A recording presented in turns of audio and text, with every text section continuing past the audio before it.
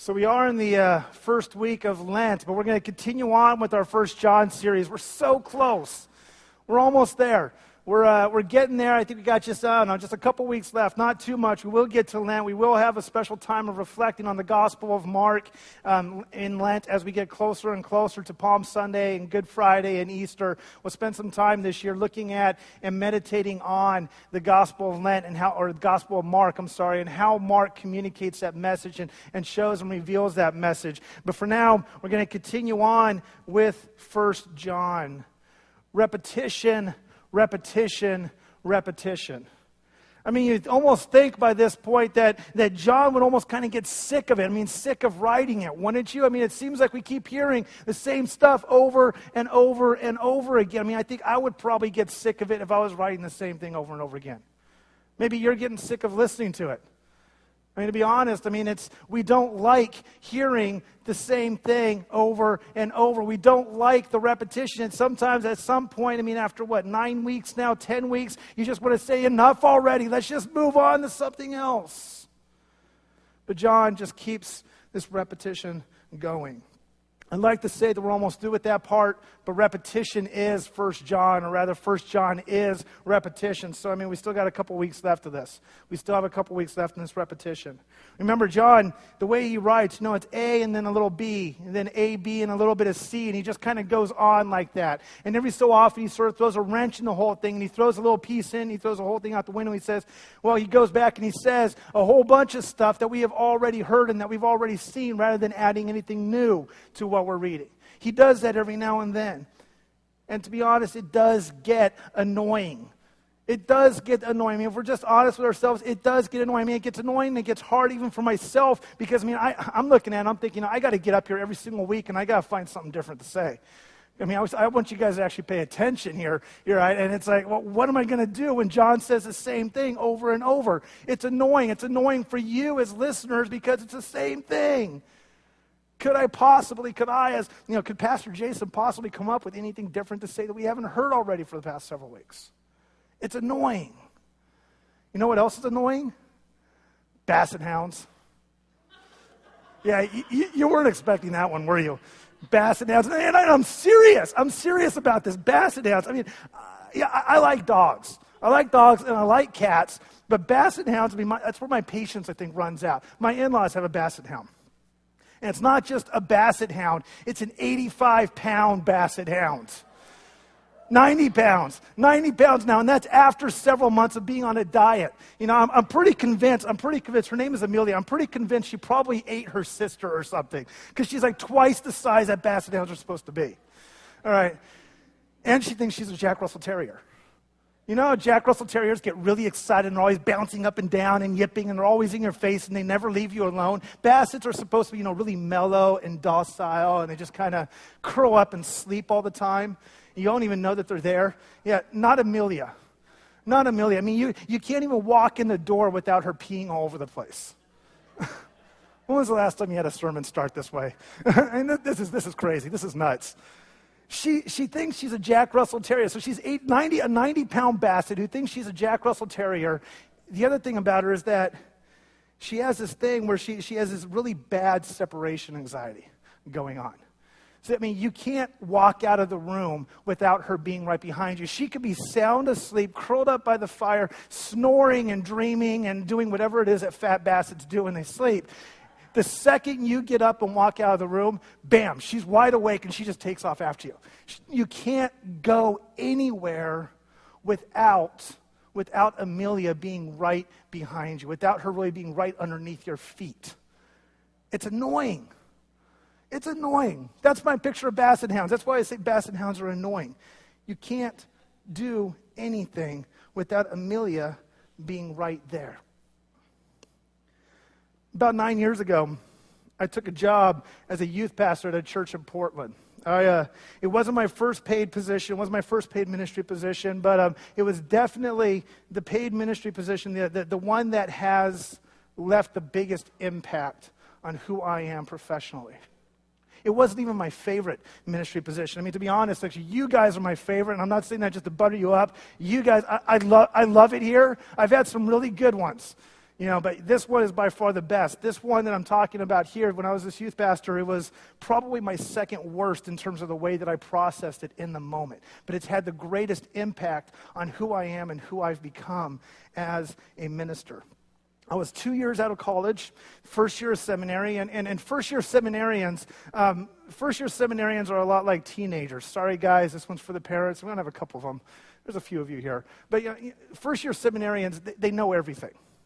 All right, everything there possibly is to know about ministry. First year seminarians, we have it down. We haven't even taken a single class. It's just that, we have that paper that says we're enrolled and we've been accepted. Boom, it's like all of a sudden we know everything. We're experts in ministry. So I was a first year seminarian, and I took this position, and I was rough. Sort of rough around the edges. I really didn't know exactly what it was that I was doing, even though I thought I knew. The senior pastor that I was serving underneath, he had been at this church for almost 20 years, and he came in as a first-year seminarian also. He actually came in, and by his own admission, he was personally responsible for having the 2 senior pastors before him fired. He came in, that's just how confident he was in his knowledge as being a first and second year seminarian. And after a while, after 2 senior pastors, the council, the elders in that church, they offered him the new position of senior pastor, which he accepted. And he went to work, right about, making some pretty big changes. The church was in shambles when he came in. He went about making some big changes and just really shifting and changing the way that they thought about ministry, the way they thought about their community and interacted with their community. And over the years, he's done some incredible, incredible stuff. Really, that church underneath his leadership they've exploded. It's just an incredible ministry to look at now. But he, in the process, he hurt a lot of people. But he did it usually unintentionally, but he hurt a lot of people, and he learned a lot about what it means to love the way John has been talking about in his letter as we've been looking at it. And see, I was kind of the same way because I was a first-year seminarian. I knew this. I knew everything there was. I said I was kind of rough around the edges. I was, untamed and everything else, and I still am to a certain extent. But, I came in with all this stuff coming from my past. Largely the fact that, I grew up in this church environment that didn't talk about biblical love much. And it's not that we never talked about love. We talked a lot about God's love for us, about all this love that God has for us and how that's, translated. We talk about that as being grace, and it happens, and it was worked out through the cross, and it's great. And for that reason, we need to accept it, and we can be saved, by faith and everything because of God's love for us. We didn't talk a whole lot about our love for those around us. And so I came into this church, and my thinking about biblical love was that it was pretty overrated. The only people, in my opinion, who ever talked about biblical love were people who didn't take the full gospel, the entire witness of Scripture into account. They were cutting out half of the message when they emphasized biblical love. So I was pretty resistant to this idea of biblical love. And I couldn't count how many times I heard the word love when I was there, the 18 months that I spent in that position. I can't even count how many times every week the senior pastor would tell me, say stuff about, you got to love people, and I love you. And he would talk to me, and he would talk to other people in the church about this. And to be honest, it got annoying. It got annoying to me. Because it seemed like no matter where I went or who I was talking to or what I heard everywhere, it was nothing but love. It was always there, and it got really, really annoying. To be honest, that's one of the reasons why I actually resigned that position. I got sick of hearing about biblical love all the time. Kind of like Cain and Abel last week. Hearing about biblical love in that context is sort of emphasized the fact that I hadn't figured it out yet.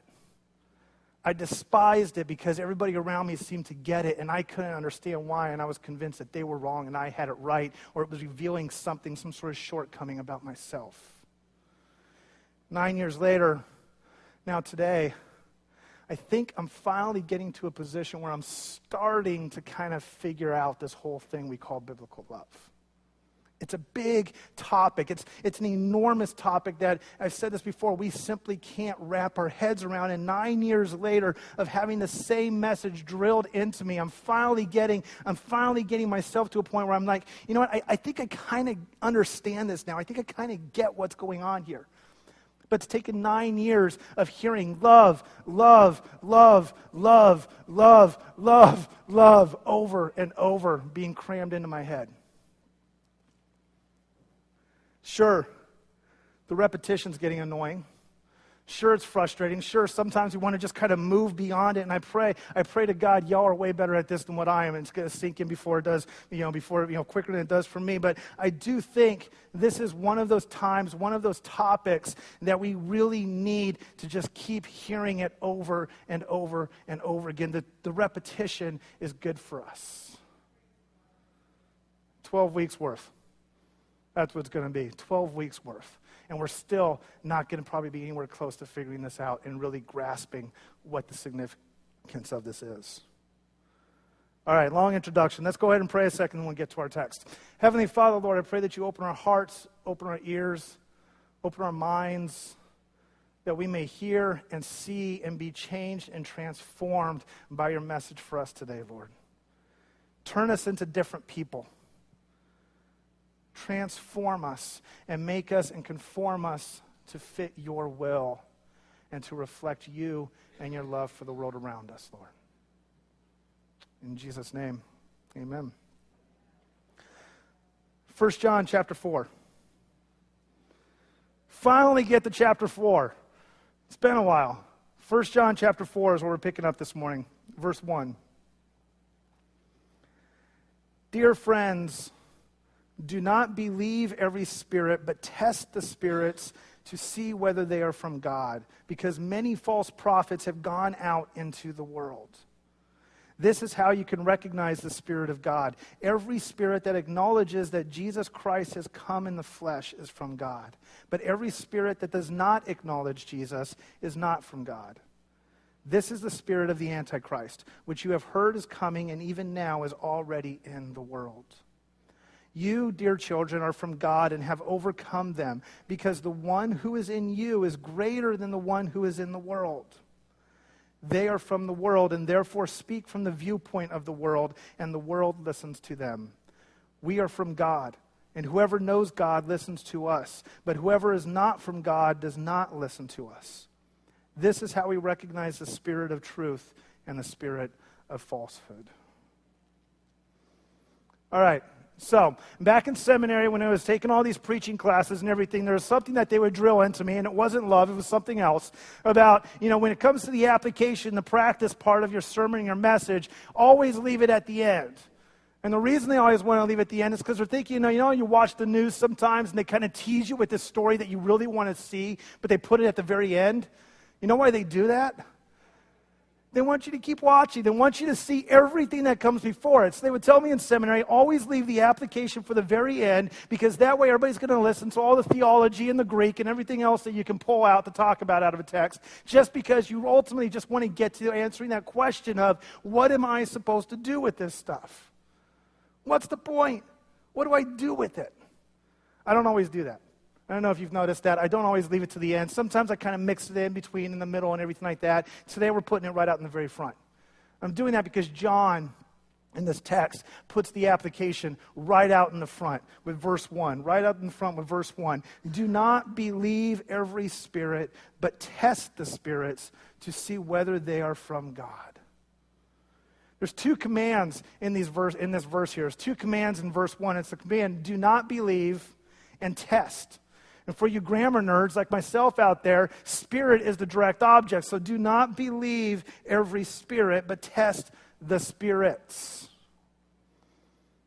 And since this is the application of our text, we got to spend a little extra time here than what we're going to spend on the rest of it. The first command, let's take a look at the first command. The first command is do not believe. And as they always taught me, let's go to the Greek a second here. Okay, so the Greek word on this one, the Greek word for do not believe, the Greek word that John is using is the word pisteuo, is the Greek word. And really it's a pretty unremarkable word by Greek standards. There's nothing all that fancy about it. There's nothing really big that you really have to, really kind of pick through and work out or anything along those lines. But, it's the basic definition is to believe, as it's translated here. But it's a little bit different than how maybe we might think of faith. See, we tend to kind of put belief and faith as sort of interchangeable words that mean essentially the same thing. Pisteuo is a little bit different. It's related, it's connected to faith, but it's not exactly the same. It's a little bit different. See, Christian faith covers more. It's bigger than just belief. The nuancing of pisteuo kind of pushes us toward the idea of trust. You believe to the extent of complete trust. You entrust something to the care of another. That's the idea with pisteuo. So do not believe every spirit. Do not trust every spirit that comes your way.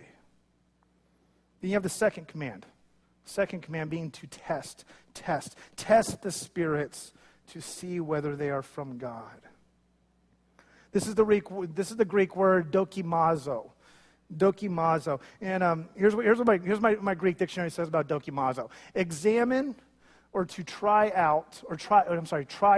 out, regard as worthwhile, judge as good, regard something as genuine or worthy. I kind of like that piece there. It says, try to out. You try to out someone. You try to dig a little deeper and get them to admit or try to, reveal them for what they really are.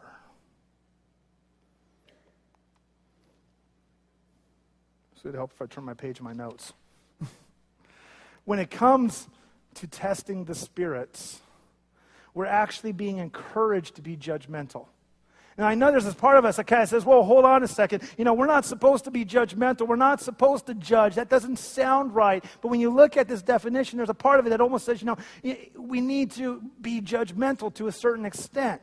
The first command was not to believe, but was not to believe. And we're being pushed to be skeptical, to be cautious. But with the command to test, there's a push to actually be a bit judgmental, or sometimes maybe we kind of like to soften it and put kind of a positive spin on it and say discerning. We kind of like to do that instead when we talk about, judging in a good sense. We want to sound like we're, judging for a good reason. We talk about being discerning. You ever notice? Maybe you ever notice how there's essentially kind of two different types of people in the world when it comes to this idea of trust? You got some of you here, and some people who, when it comes to trust, they're the type of people who says, I'm going to be very cautious with my trust. I'm not going to trust anybody or anything until they earn it. They have to earn it. They have to prove their trust to me before I'm going to give it. And so you might be really, really slow and guarded to give your trust to someone. Whereas, you got on the flip side, you have these people who, they're just willing to trust anybody and anything right out the gate. It's almost like, it's all caution to the wind. There's no discernment, no wisdom. It's just, no, I'm going to trust you until you give me a reason not to trust you. There's kind of these two different people, and it kind of works in two different ways, and sometimes they get married, and it causes problems, and you got to work through that kind of stuff, and there's all sorts of things that kind of happen. It affects your relationships, it affects your friendships, it affects the way that you work and the way you interact with people around you. There's also a sense kind of on the flip side that for those first people, those people whose trust needs to be earned, there's almost a sense in this habit, this generalization, that when their trust is broken, you can re-earn their trust. Sometimes you have that because they're a little slower to just give their trust away. It's not necessarily going to be easy for them to handle or weather the broken trust, but you can re-earn their trust oftentimes. But with somebody who's willing to just kind of give their trust outright, and it's just you have 100% trust until you break it. If you break that person's trust, usually you'll never get it back.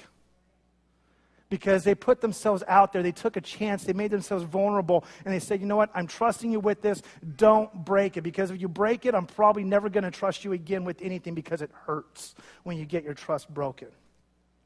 So there's these two different types of people. And John wants us to be a bit more like those first people. He wants us to be a bit more skeptical, a bit more discerning, a bit more judging, a bit more cautious in terms of what we do and with the people around us and the people we might interact with. But here's the kicker. John is indiscriminate. In other words, you see what he says there in verse 1, still looking at verse 1. Do not believe every spirit, but test the spirits. Be cautious of every spirit. In a minute here, we'll see John actually starting to kind of parse this out and make a distinction between two different types of spirits. But John doesn't want us to make those distinctions quite yet, not at this point. See, he says, be skeptical and test every spirit that comes your way, not just the ones that look bad to you, because you really don't know if they're good or bad until you do test them. Now, let me read between the lines here a second, and this one's going to be a little hard to swallow. I'll give you that warning right out front. Let me read between the lines here a second at what John is saying, because see, if John is saying test every spirit, and we might be inclined to take him up and do exactly that, what it also means is that all of us are to be tested. We are all to be tested by one another. It doesn't just go one way, because see, John doesn't say only test those who you don't know, only test those who you're not so sure about, only test those who kind of look kind of iffy or suspicious to you. It's test every spirit. So don't get too excited quite yet with this stuff yet and start thinking, all right, I get it. John says go out and test every spirit, so let's go test the spirits. Don't forget that you too are subject to this testing. So be cautious, be skeptical, and test the spirits to see whether they are from God, because many false prophets have gone out into the world. So we're going to test and be tested whether or not a spirit is from God or is a false prophet. So now John is starting to kind of make this distinction between these two spirits. What's our criteria? What's the criteria we're working with? Verse 2. This is how you can recognize the Spirit of God. Every spirit that acknowledges that Jesus Christ has come in the flesh is from God. But every spirit that does not acknowledge Jesus is not from God. This is the spirit of the Antichrist, which you have heard is coming, and even now is already in the world. So John has now made that distinction. There are good spirits and there are bad spirits. There are spirits from God and there are spirits who are false prophets. We're testing those around us and we're looking for those qualities. We're looking to see if those qualities are in this person. Which is it? Who is it? What is it that we're looking at? But we are also being tested ourselves for these same qualities. And this is where sort of the repetition for the week really starts to take off. See, there's nothing here that we haven't heard already. We've seen this stuff. We've read this stuff. We've heard this stuff already in looking at 1 John. The Spirit who is from God acknowledges that Jesus was a real physical person. It acknowledges the full person of Christ, that he is both fully man and fully divine. And that is an absolute when it comes to the cross. The spirit of the Antichrist, however, denies all of that. It's that whole anti-Christ piece that we talked about a few weeks ago. See, this would be the sort of thing where someone says that Jesus was a great teacher and a beneficial teacher, but wasn't really God. I'm going to eventually guess that probably all of us know at least one person who kind of falls into that category. We can't forget just how important it is to everything we've been reading and talking about that we acknowledge that Jesus is God. See, last week we saw how words and deeds, how both of these things are essential for what we call faith, but at the same time, both can be pretty meaningless without the other. They can be pretty empty and void of any meat or any real benefit to them.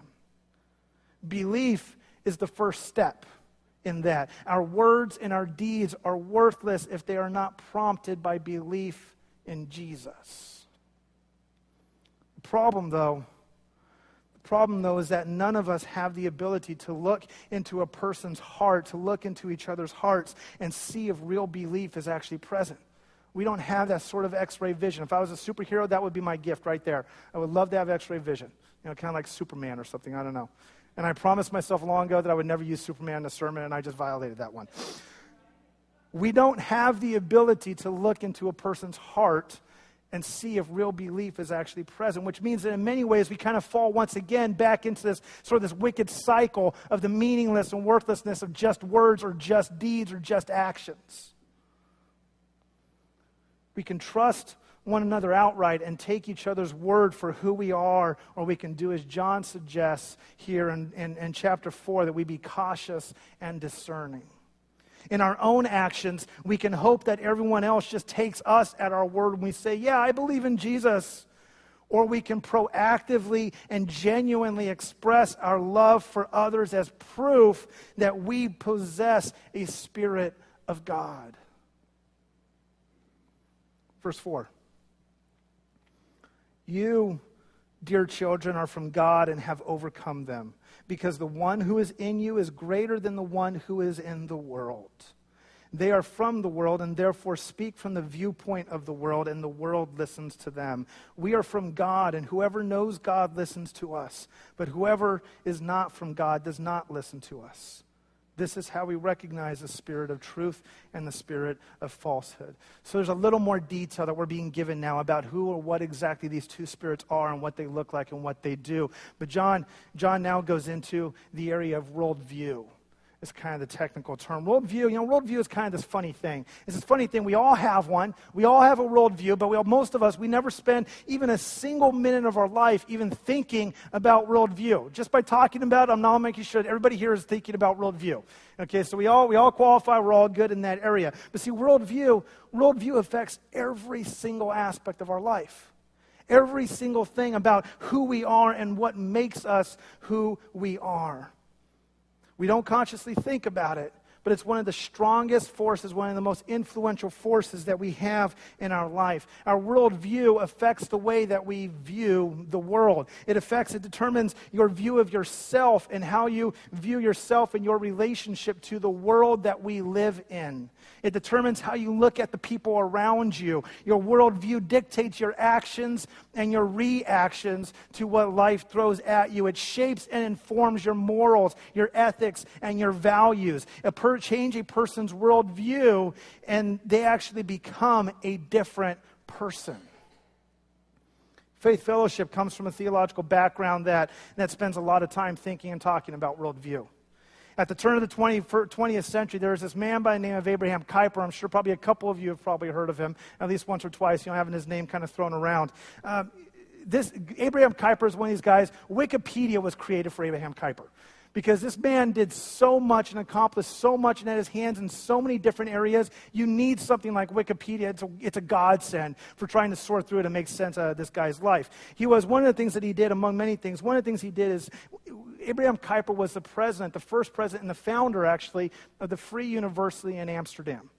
And then during his convocation speech at the grand opening for that university, he said this. He made this point. He made this quote. Take a look. He says, "There is not a square inch in the whole domain of our human existence over which Christ, who is sovereign over all, does not cry, mine."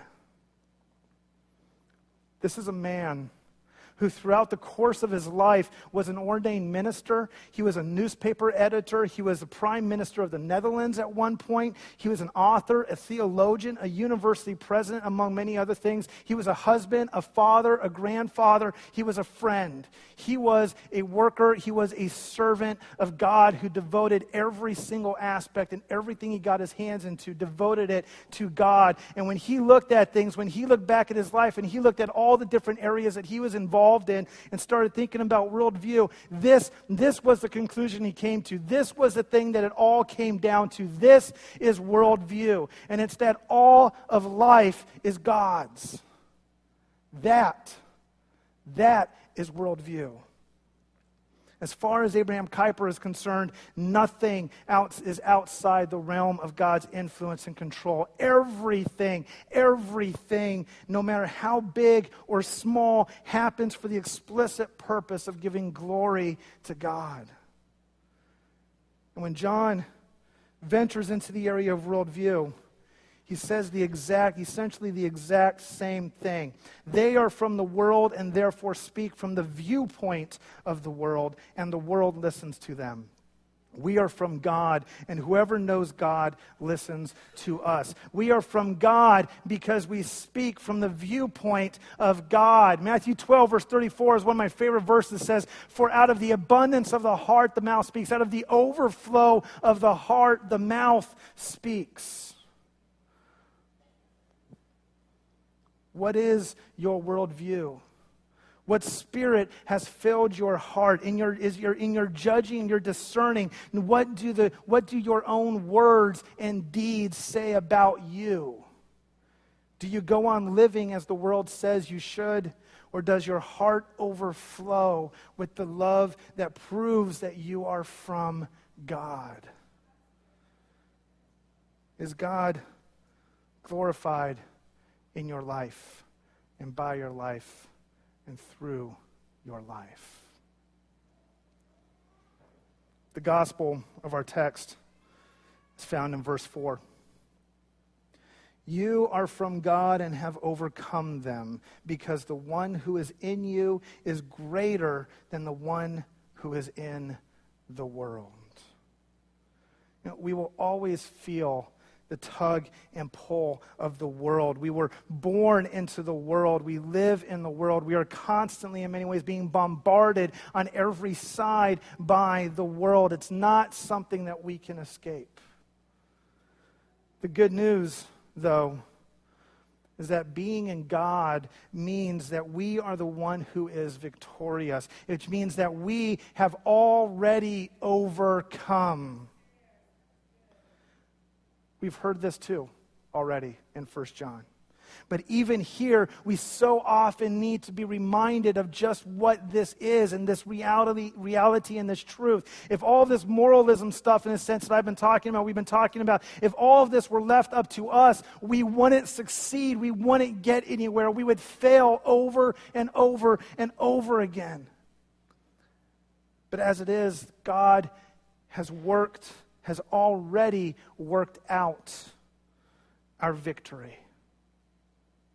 We already have the promise of grace as an expression of God's own love for you. Glory, glory, alleluia.